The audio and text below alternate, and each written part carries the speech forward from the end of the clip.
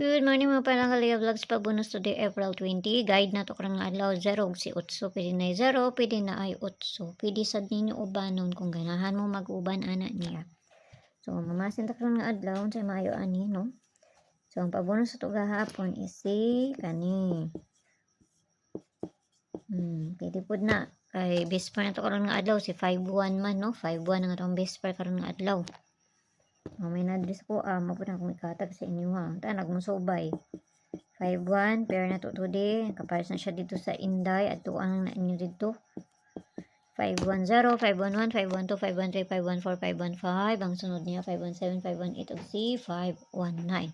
Kung doon sa inyo ha, huglayo sa inyo paminaw, ayaw ninyo abay ha. Kayo matakay balon sa ilang bulahon ani.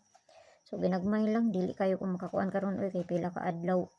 Wala tarong tulog kay sige kuan na niya ko ang kuan pinulaw dugay matulog tigkadlawon mumata na hindi kayo katarong. So pabonus sa to karon nga adlaw is si 353 double na siya tong pabonus di ra kayo na kuan ha. So kamo na bahala na paligas na plus minus raman na mo may na-address ako amra pa na kong ikatag sa inyo ha. 353 ora may na-address ko Okay, so kana lang. Tanag mo subay no, di gani mo subay wa tay may mga ni.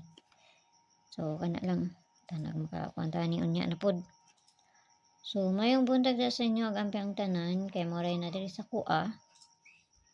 Ug ni mata na niya ako ang tawo nga gamay diri. Nangita nag kanang kuan. Didi niya. Okay, so kana lang ha. Mayong buntag sa inyo ha. Bye-bye. Oy.